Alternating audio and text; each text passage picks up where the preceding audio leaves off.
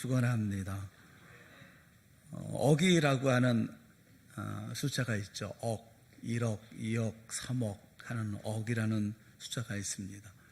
한자로 쓰면 그 가지고 있는 의미가 있습니다. 파자하면 이 억이라고 하는 이 한문에는 여러 글자가 함께 들어 있습니다. 사람 인자가 있고 설립자가 있고 날일 그다음에 마음 심자가 합쳐져서 억이 됩니다.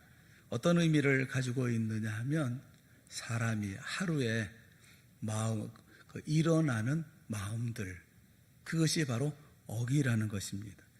그러니까 사람이 마음속에 키우는 많은 생각들이 있는데 하루에 일어나는 우리 마음속에 일어나는 마음들이 얼마나 많으냐 하면 1억이나 된다라는 거죠. 1000만, 10억, 100억, 1000억, 그 다음에 억이 되어진다라는 거예요. 매 순간 일어났다 또 사라지는 그런 마음인데 그게 하루에 1억이나 된다. 그런 의미를 가지고 있죠. 오늘 본문에 예수님과 모세와 엘리야가 함께 대화를 나누십니다. 여러분 궁금하지 않습니까? 하루에 우리 마음속에 일어나는 생각이 1억이나 되는데 그럼 세 분은 지금 무슨 말씀을 그렇게 긴밀히 나누고 계실까? 어떤 말씀을 하고 계실까? 궁금하지 않습니까? 마태복음 17장 그리고 마가복음 9장, 누가복음 9장에서 각기 변화산에서 일어났던 일을 거의 동일하게 말씀을 하십니다. 그런데 누가복음 9장에 보면 이 세 분이 말씀을 나누는 말씀의 내용을 전해주고 있어요. 누가복음 9장 30절과 31절 말씀에 여기만 이렇게 예수님과 모세와 엘리야가 무슨 이야기를 했는지에 대해서 살짝 우리에게 보여주십니다. 같이 보겠습니다. 시작. 문득 예수와 함께 말하니 이는 모세와 엘리야라. 영광 중에 나타나서 장차 예수께서 예루살렘에서 별세하실 것을 말할세. 예수님과 모세와 엘리야 세 분이 만나셔서 대화하시는 내용, 대화의 내용이 뭐냐 하면 예수께서 장차 예루살렘에서 별세하실 것, 여기에 대해서 말씀을 나누셨다는 거예요. 예루살렘에서 십자가에 죽으시는 그 죽으심에 대해서 말씀을 하셨다는 거죠. 허구많은 이야기들이 있는데 그 얘기 중에서 왜 하필 죽음에 대해서 말씀하실까? 그 새하늘과 새 땅, 그리고 이루어질 모든 일들에 대해서, 또 기쁘고 즐거운 일들도 얼마든지 많을 텐데 왜 예루살렘에서 십자가 왜 달리시고 죽으심에 대해서 이 세 분이 이렇게 심각하게 말씀을 하실까? 깊이 생각하지 않아도 그 이유를 알 수가 있습니다. 예수님이 이 세상에 오신 이유가 있으니까요. 예수님께서 이 땅에 오신 이유는 바로 우리 인간의 구원을 위한 것이고 그 구원을 위해서 십자가에 죽으시기 위해서 오셨기 때문에 그렇습니다. 그래서 좀 더 생각해 보면 지금 세 분이 말씀 나누시는 십자가와 죽음이라고 하는 것은 결국 행복에 관한 이야기를 하고 있다는 것을 알 수가 있습니다. 절망적인 죽음의 자리에 있는 우리를 생명의 자리로 옮기시고 하나님과의 관계를 회복시키시려는, 그래서 우리의 행복, 하나님의 만족, 이것에 관한 이야기였다는 거죠. 따지고 보면 우리 마음속에 끊임없이 일어나는 하루에 1억 번이나 일어나는 그 생각도 모두가 행복에 관한 생각들이 아니겠습니까? 그 정신분석학자인 롤로 메이라고 하는 분이 그 존재의 발견이라는 The Discovery of Being이라고 하는 책에서 행복을 찾는 사람들이 어디서 행복을 찾는가 하는 것에 대해서 얘기하면서 세 가지를 얘기를 합니다. 학술적인 얘기를 하고 있지만 사실 따지고 보면 다 상식적인 거예요. 첫째가 뭐냐면 환경에서 찾는다는 거죠. 환경과 나와의 관계에서 행복이 좌우된다는 거예요. 미세먼지가 많으면 행복하지 않고 미세먼지가 없고 청명하면 행복하고, 그런 것과 같은 거죠. 해가 뜨고 날이 청명하면 행복하고 또 오늘처럼 우중충하면 좀 우울하고 이런 거예요. 우리 주변 환경 이런 것을 통해서 행복이 이루어진다. 또 하나는 공동체입니다. 내가 혼자 있는 게 아니잖아요. 친구도 있고 친척도 있고 부모도 있고 자식도 있고 많은 사람 속에 내가 있죠. 이 많은 사람과 관계하면서 그 관계 속에서 행복하기도 하고 불행하기도 하다라는 것입니다. 또 하나는 자신 스스로의 세계예요. 환경도 좋고 모든 관계가 다 좋다고 하더라도 내가 마음이 나 자신이 어떻게 나를 평가하고 성찰하느냐에 따라서 행복하기도 하고 불행하기도 하다. 그래서 이 세 가지를 얘기를 해요. 환경, 또 공동체, 또 자신. 이 모든 세 가지가 다 행복하면 행복하다. 뭐 이런 식으로 얘기를 합니다. 오늘 본문에 보면 베드로가 얘기를 해요. 우리가 여기 있는 것이 좋겠습니다. 참 좋습니다. 라고 하는 것을 얘기하는 것을 보면 여기 환경도 있고 관계도 있어요. 그런데 자기에 대한 생각이 없어요. 내가 누구냐? 내가 어떻게 살아야 되느냐? 나와는 전혀 관계없이 그냥 우리가 여기 있는 것이 그대로 있는 것이 좋겠습니다. 라고 하니까 여기 문제가 있는 것이거든요. 베드로는 생각을 조금 더 해야 되지 않을까 싶어요. 여기 예수님과 모세와 엘리야가 세 분이 나눈 대화에는 이 모든 것이 다 들어있습니다. 장차 예수께서 예루살렘에서 별세하실 것, 이것은 바로 하나님과의 관계 속에서 그리고 이 땅에서의 실천에 대한 이야기를 고스란히 담고 있어요. 하나님의 뜻을 향한 이상, 그리고 그 이상을 이루기 위한 실천, 이 모든 것들이 이 말씀 안에 담겨 있죠. 그리고 말씀을 살펴보면서 하나님의 자녀인 내가 품어야 할 이상은 무엇인지, 어떤 생각을 내가 품어야 할 것인지, 그리고 오늘 내가 행해야 할 실천은 어떤 것인지 우리가 살펴보면 행복이라는 것이 어떤 것인지 하는 것을 우리가 알 수가 있습니다. 두 가지를 생각해 보려고 그래요. 하나는 이상에 대한 것, 또 하나는 실천에 대한 것입니다.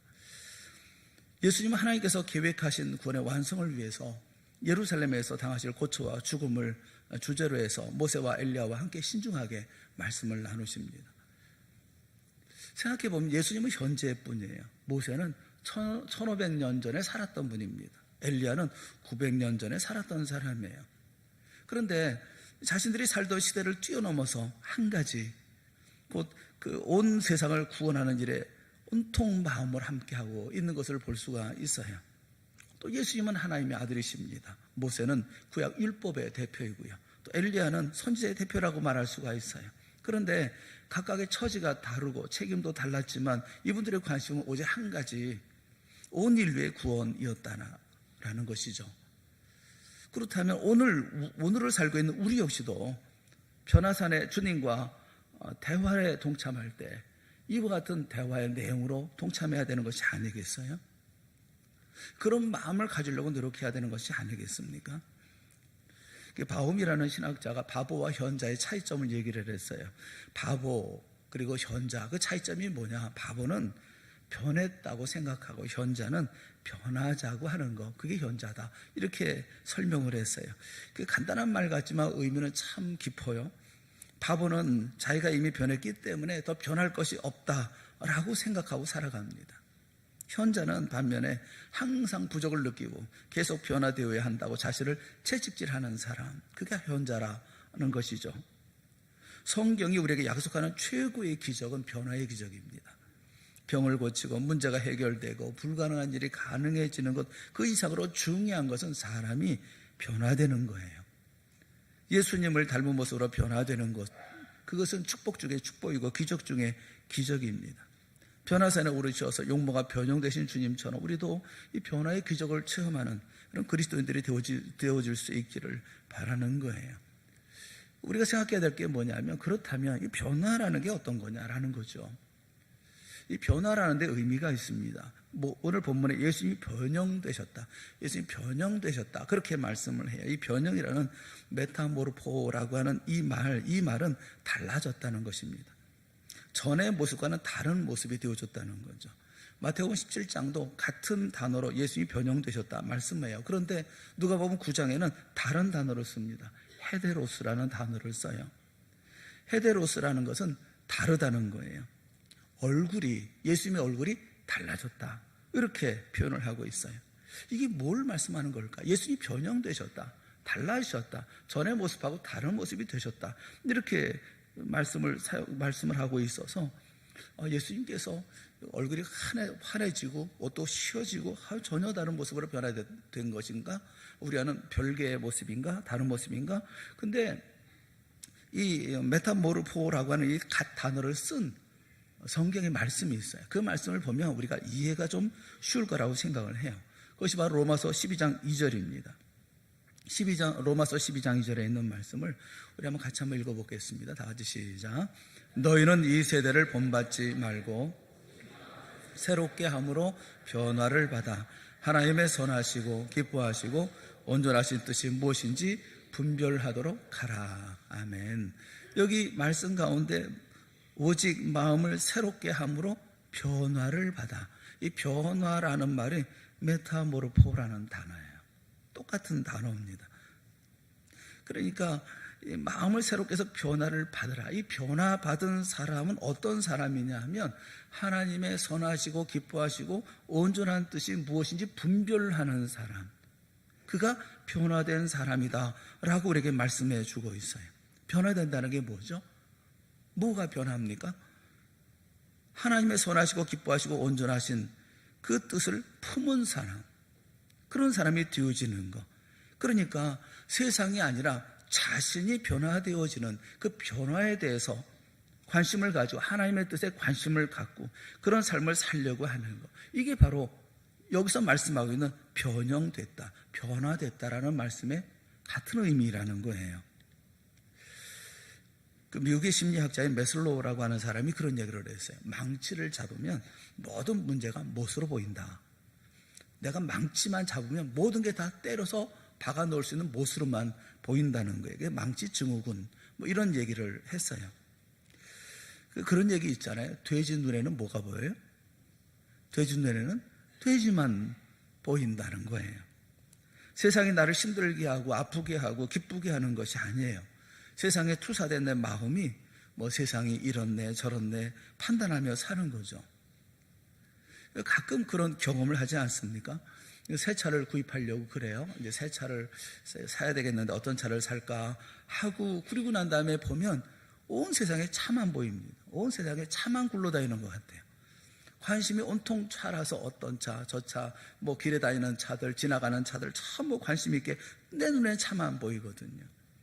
요새 재개발로 이사하시는 분들이 많이 계십니다. 그 이사하시는 이분들은 이사할 집만 보이는 거예요. 어떤 집으로 이사가를 대다 집만 보이는 거예요. 여러분, 세상을 볼 때 우리는 각자의 마음에 보고 싶어하는 그런 부분만을 보고 삽니다. 우리에게 보이는 세상은 세상의 본래 모습이 아니에요.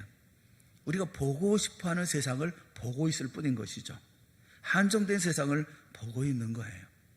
우리는 그 고집에서 벗어나지를 않습니다. 언젠가 신방을 갔다 오는데 여기 성도들하고 성도 가정하고 같이 타고 이렇게 오게 되는 일이 있었어요. 근데 뒤에 아이들이 있었습니다. 유치원 다니는 아이가 있었고 그 여자아이가 둘이서 앉아서 뭐라고 얘기하는데 계속 얘기를 하더라고요. 근데 제 귀에 그런 말이 들려오는 거예요.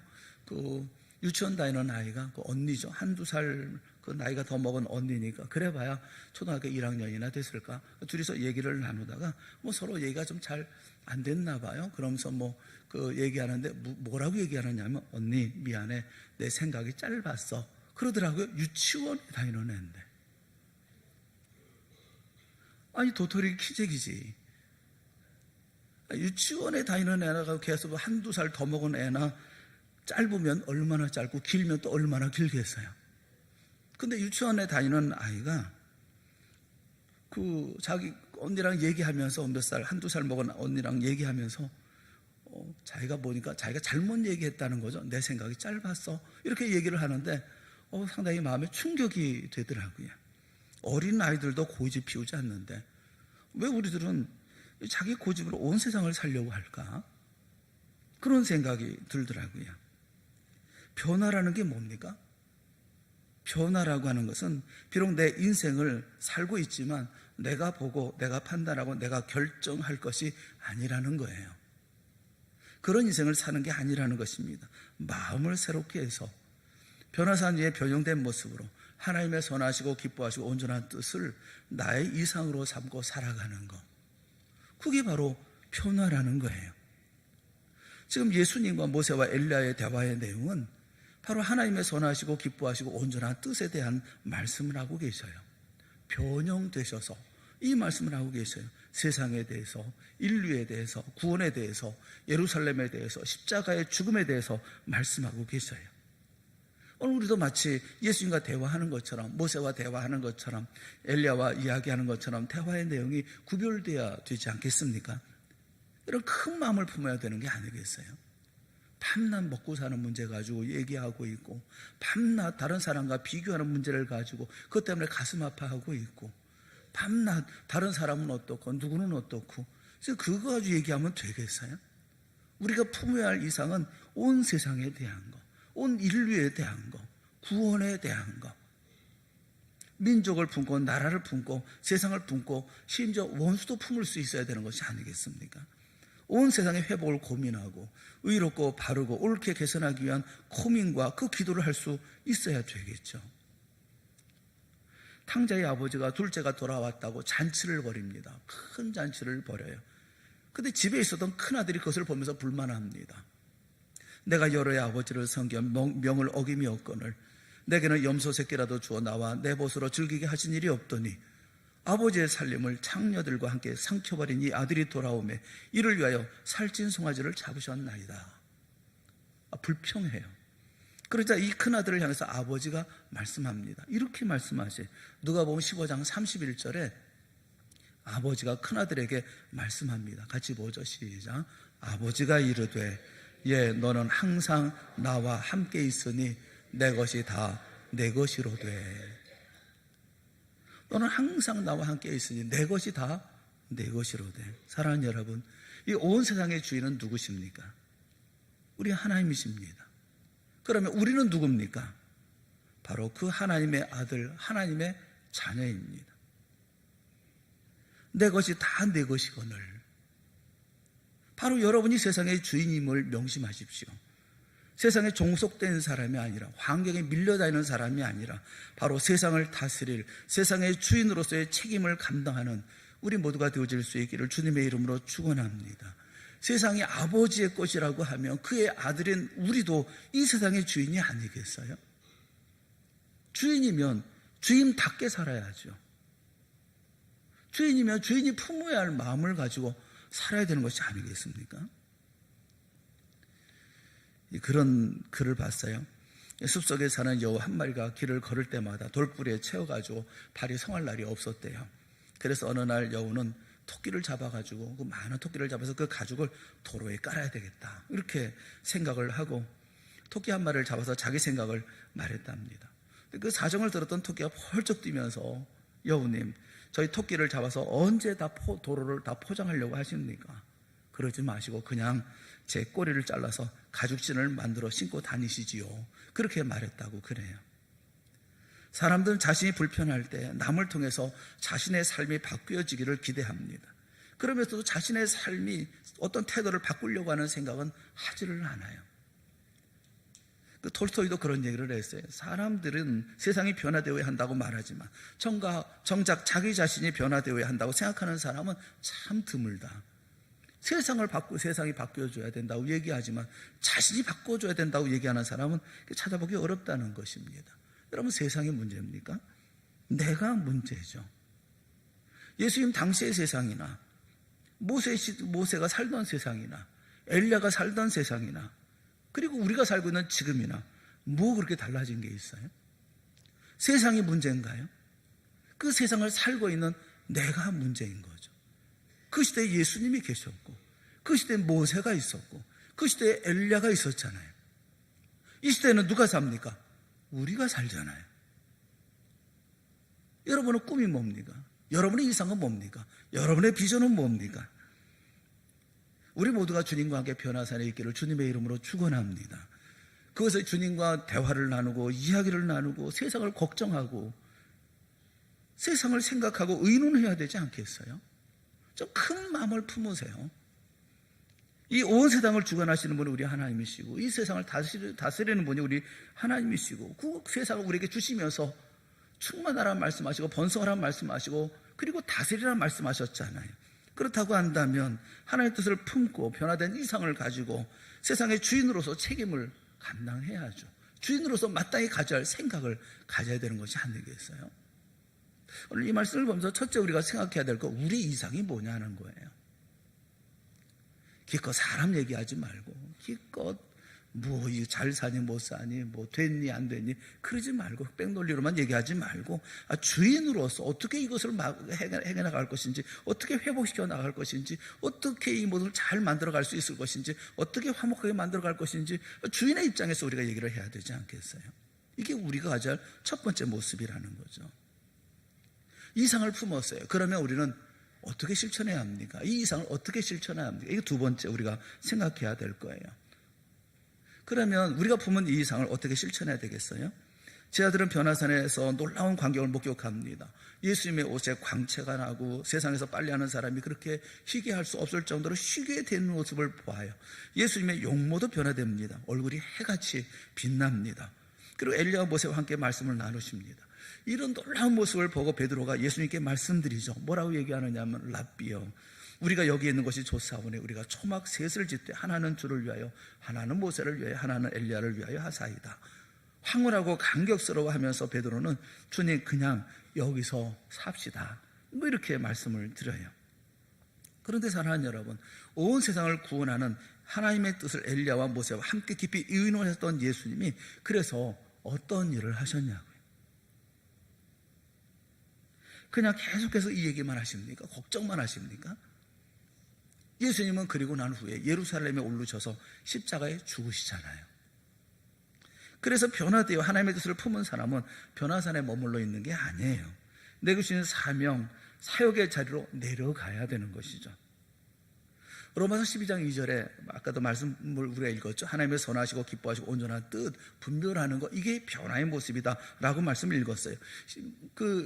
로마서 12장 1절은 영적 예배에 대해서 말씀하면서 이렇게 변화된 모습에 대해서 말씀하고 쭉 읽어나가면 우리의 삶이 어떻게 변화되어야 할 건가, 어떤 삶을 살아야 할 것인가 쭉 말씀을 해요. 그 결론이 뭡니까?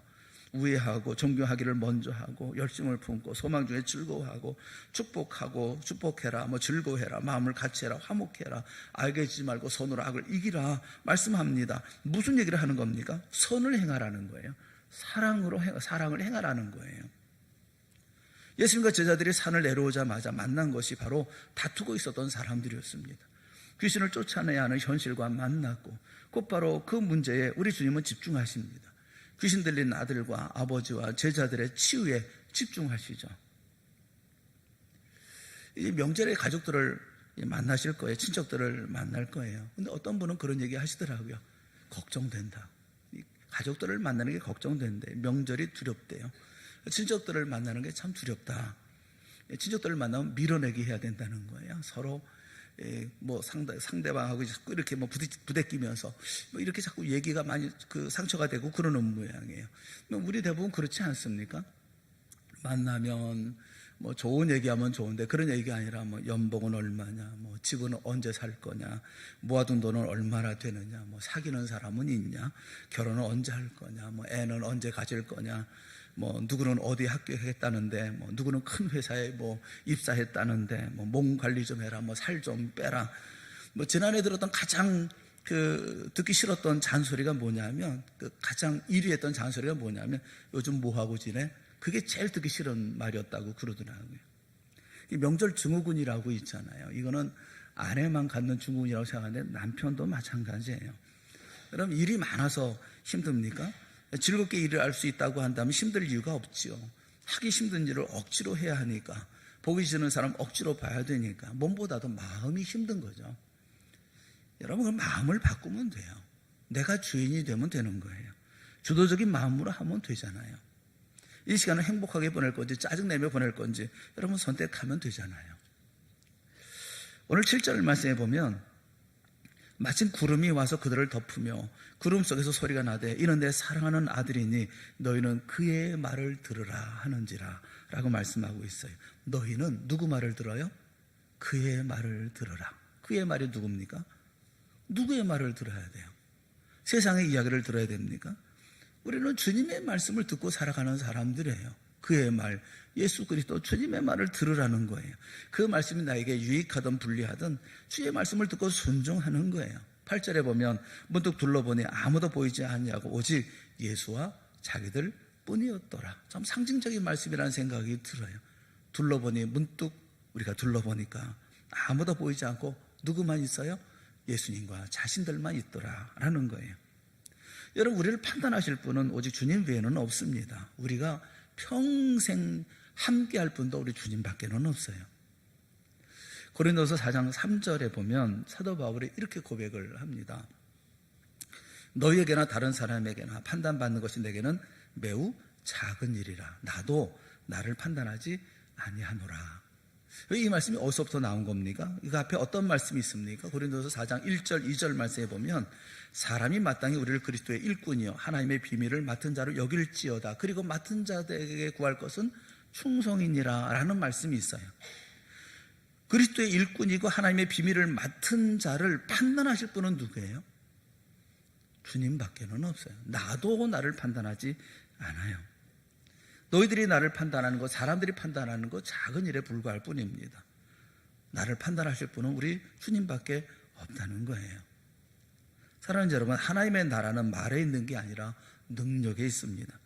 예수님께서 제자들을 보내신 것은 귀신들을 내어 쫓으라시는 것이었고, 실제로 제자들은 전도 여행을 나가서 주님이 그들 곁에 계시지 않았음에도 불구하고 주께서 주신 권세와 능력으로 많은 귀신들을 내어 쫓았어요. 그런데 지금 9명의 제자들이 귀신 하나를 놓고 전전긍긍하고 있는 것입니다.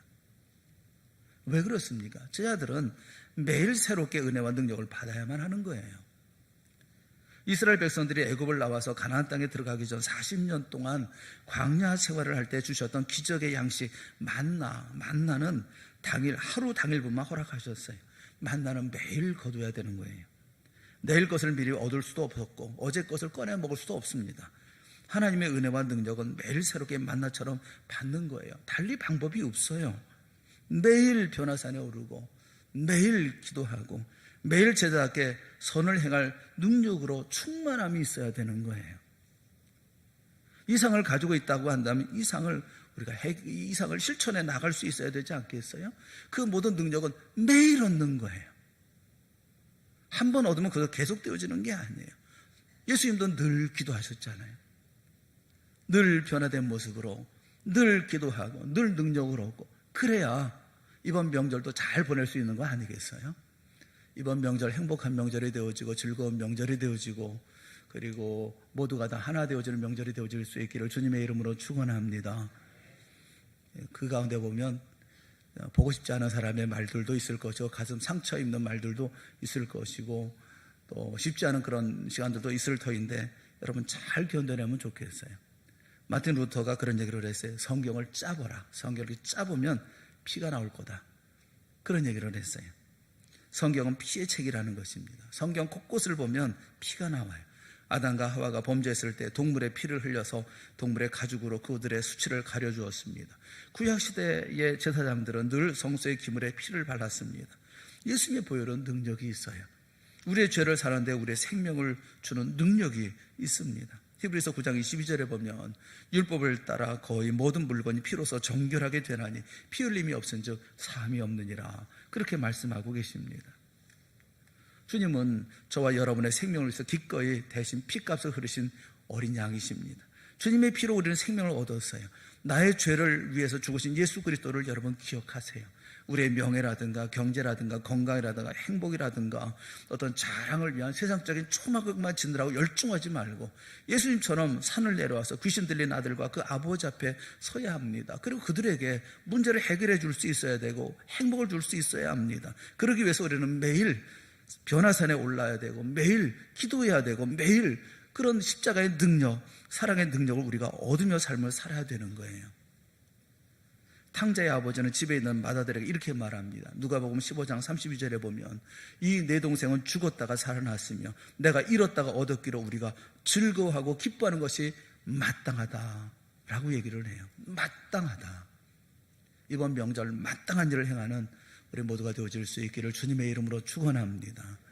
우리의 이상은 큰 주님과 대화를 나누는 것 같은 이상을 품어야 돼요.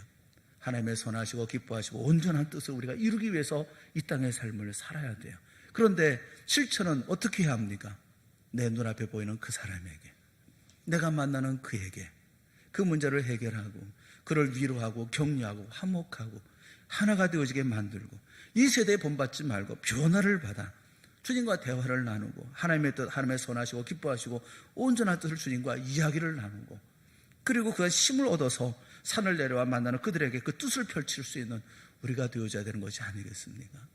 변화는 바산의 모습을 보면서 주님께서 우리에게 보여줬던 그 이상, 주님께서 우리에게 보여줬던 그 실천, 그것이 바로 오늘 우리의 이상이 되어져 우리의 실천이 되어진다면 이번 명절 가운데에도 하나님의 은혜 가운데 우리는 넉넉하게 예수 그리스도의 십자가를 증거하는 삶을 살게 되어질 줄로 믿습니다. 좋은 명절 보내시고 좋은 이런 우리의 명절이 되어지고 하나님의 이상을 실천해 나가는 좋은 명절이 되어지고 좋은 날이 되어지고 좋은 만남이 되어질 수 있기를 주님의 이름으로 축원합니다. 기도하겠습니다. 사랑하는 하나님 아버지, 은혜를 감사합니다. 우리에게 좋은 날 주셔서 감사합니다. 우리가 이들을 만나는 게 1년에 매일 만나는 것 아니지 않습니까? 주님, 우리 사랑하는 성도들에게 각오도 새롭게 하여 주시옵시고 무엇보다도 변화산에서 얻게 되어지는 그 능력을 힘입어 그래서 모든 이들을 주 안에 온전하게 회복해 나아갈 수 있는 자리 가운데 우리가 서게 하여 주시옵소서. 하나님의 자녀로서의 온전한 삶, 마땅한 삶을 살게 하여 주시옵시고 우리 때문에 가정이 하나가 되고 그 가운데 예수 그리스도 십자가가 증거되어지고 사랑이 알려지게 되어지고 화목하게 되어지고 더 나은 미래를 기대할 수 있는 자리가 되어질 수 있도록 인도하여 주시옵소서. 사랑하는 모든 성도들의 삶마다 은혜 베풀어 주옵시고 동행하여 주시옵시고 지혜롭게 하시고 믿음 있게 하여 주시옵시고 견고하고 단단하게 하여 주셔서 복되고 행복한 명절을 보내고 돌아오는 우리 모두가 되게 하여 주시옵소서. 예수님의 이름으로 기도드리옵나이다. 아멘. 우리 다 같이 자리에서 일어나셔서 461장 우리 찬송하겠습니다.